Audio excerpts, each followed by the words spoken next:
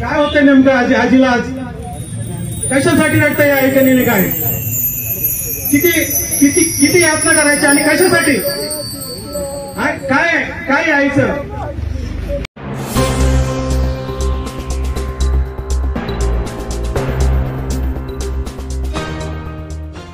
आपल्या कोणत्या शब्दाने तुमचा धन्यवाद देऊ? सुरुवाती एक चांगली गोष्ट हे आहे की आता काही पद राहिलेला नाही आहे, मग खूप जास्त तुम्हाला टाइम देऊ शकतं आदर्श सगळं ठेकेदारांना. हे एक जसं सगळ्यांनी सांगितलेले आहे की काही महिन्यापूर्वी आपण इथेच बसलो होतो, लोकसभेमध्ये पराभव झाला होता, खूप मोठा फरक होता त्याच्यामध्ये. तर इतकं वाईट नाही वाटलं होतं की इतकं मोठा फरक आहे. पण या निवडणुकीमध्ये प्रामाणिकपणे सांगायचे असेल तर मी स्वतःही खूप प्रयत्न केले होते आणि मला माहित होतं की महाराष्ट्र विधानसभेमध्ये तुमच्यासारखे अनेक गोरगरीब लोकांचे, कष्टकऱ्यांचे, शेतकऱ्यांचे जे मुद्दे आहेत जे आज कोणीही उचलायला तयार नाही आहे विधानसभेमध्ये. सगळं काही चाललेलं आहे आपल्या सर्वांना माहीत आहे. माझी स्वतःची एक इच्छा होती, अपेक्षा होती की आपण महाराष्ट्राच्या विधानसभेमध्ये गेल्यानंतर ते किती एक पतसंस्था आहे, किती एक सहकारी बँक्स आहे, यांच्या कोट्यवधी रुपये जे आहे लोकांचे, गोरगरिबांचे ते अडकलेले आहे आणि त्याच्या बाबतीत कोणीही निर्णय घ्यायला तयार नाही आहे, बोलायला तयार नाही आहे. विधानसभेमध्ये याच्या बाबतीत चर्चा होत नाही. तर माझी प्रामाणिक इच्छा होती, तर सगळ्यांनी प्रयत्न केले आणि जिंकल्यानंतर खूप लोक तुमच्या सोबत राहतात. पराभव झाल्यानंतर इतके सारे लोक आपल्या सोबत आहेत. हे एका अर्थाने हे माझ्यासाठी त्या जिंकण्यापेक्षा इतके लोकांचं प्रेम, आपला आशीर्वाद, आपली साथ मिळाली हे माझ्यासाठी खूप महत्वाचं आहे. ठीक आहे, आमदारकीचं पद गेला, खासदारकीचं पद गेलं, पण याचा अर्थ हे होत नाही आहे की माणूस संपलेला आहे, आता काही राहणार नाही. जोपर्यंत लोकांचा आशीर्वाद आहे, लोकांचे साथ आहे. या निवडणुकीमध्ये काय काय घडलेलं आहे आपल्या सगळ्यांना माहीतच आहे. आणि दुर्दैव म्हणजे ठीक आहे माझा पराभव झालेला आहे, पण देशामध्ये, राज्यामध्ये जे काही चाललेलं आहे ते लोकशाहीला खूप घातक आहे. मला असं वाटतं इलेक्शनमध्ये आपण दर 5 वर्षांनी लोकांना एक अधिकार देण्यात आलेला आहे की कुणाला आपल्याला निवडून द्यायचं आहे, कोण आपल्या प्रतिनिधित्व करण्यासाठी विधानसभेमध्ये जाणार, लोकसभेमध्ये जाणार. हे 5 वर्षामध्ये लोकांच्या हातात ते ताकद देण्यात आलेली आहे. पण आपण सगळं काही पैशाच्या जोरावर करणार असेल तर हे राज्याचं काय होणार? म्हणजे जे प्रामाणिकपणे काम करणारे लोक आहे ते कशा प्रकारे विधानसभे आणि लोकसभेमध्ये जाऊ शकेल? शक्यच नाही आहे. कारण ज्या प्रकारे पैशाचा वापर मी लोकसभेमध्ये पण बघितलेला होतं आणि विधानसभेमध्ये पण बघितलेलं आहे. याचा अर्थ हे आहे की तुम्हाला इलेक्शन लढायचं असेल तर तुम्हाला कुठेतरी बेमानी करावं लागेल, तुम्हाला बेमानीचे पैसे जमा करावे लागेल आणि त्या पैशावर मग इलेक्शन लढायला पाहिजे. आणि हेच चाललेलं आहे. एका मतदानाची किंमत जी 500 रुपयापासून सुरू होती ते निवडणूक जवळ आल्यानंतर 3-3 हजार रुपयेपर्यंत गेली होती एक मतदानासाठी.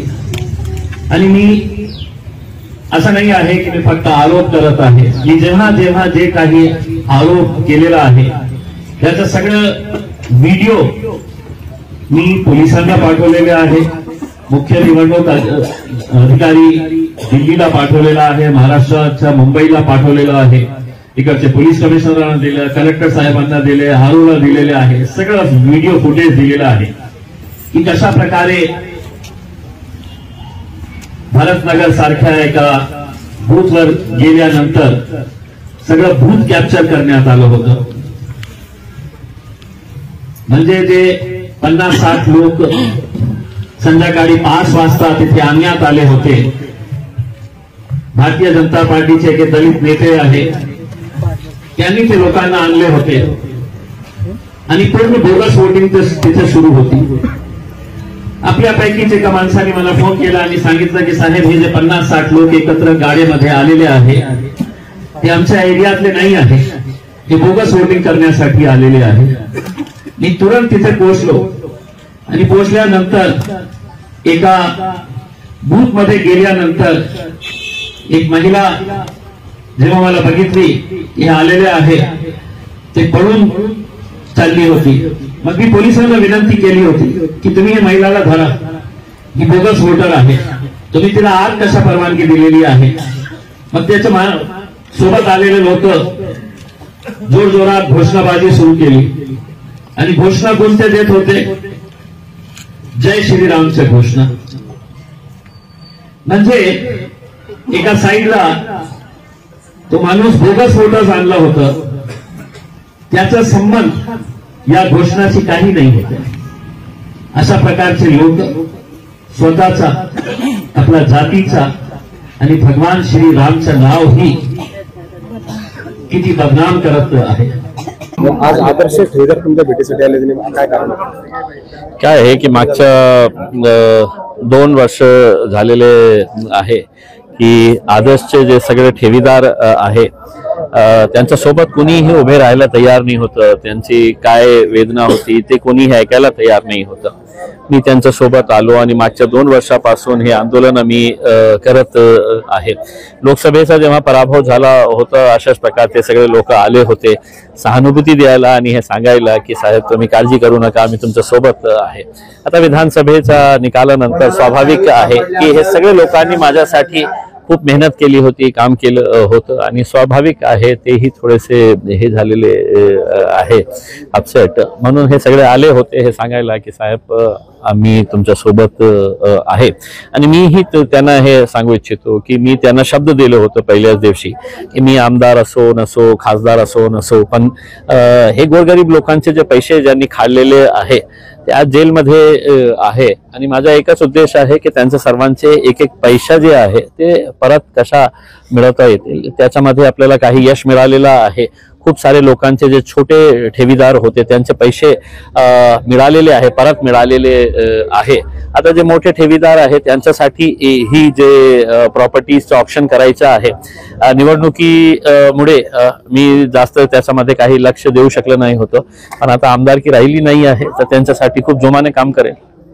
बेलवर आल्यावर तुम्ही त्यांचं स्वागत करणार, नक्की करणार ना. ज्या लोकांनी ज्या पैशाच्या जोरावर हे गोरगरीब लोकांचे पैसे लुटलेले आहे, आता ते जेलमध्ये आहे आणि ते मोठे मोठे वकील लावून त्यांना बेल कशा मिळतं तर त्यासाठी ते सगळं प्रयत्न करत आहे. म्हणून मी लोकांना सांगितलेलं आहे ठेवीदारांना की जेलमध्ये ते बाहेर जेव्हा येईल त्या समजा त्यांना बेल मिळालं तर आपण त्यांचं स्वागत करण्यासाठी जेलच्या समोर जाऊन आपलं पुष्पगुच्छ त्यांना देऊ. आपण गेट वेल सूनच्या जसा होता ना का तसं एक फुल देऊ त्यांच्या हातात. पार्टी सुरू होते आणि आहेत कशासाठी, काय होतं नेमकं आजीला आज कशासाठी रडतंय या ऐकणीने? किती यातना करायची आणि कशासाठी? काय यायचं ऐकणे काय होतंय? आणि हे जातीपातीचं राजकारण करतायत. कोणी म्हणतं हिंदू, कोणी म्हणतं मुस्लिम. काय आता पूर्ण 99% मराठा समाज आहे. कोणाची जात कोणती आहे का? पैशावर कोणाची जात आहे का? आज आम्ही मरतोय सर, पण सरांनी एक दिलेलं वचन दिलं होतं, घेऊ नका, तुमचा एक पैसा मी काढून देईल.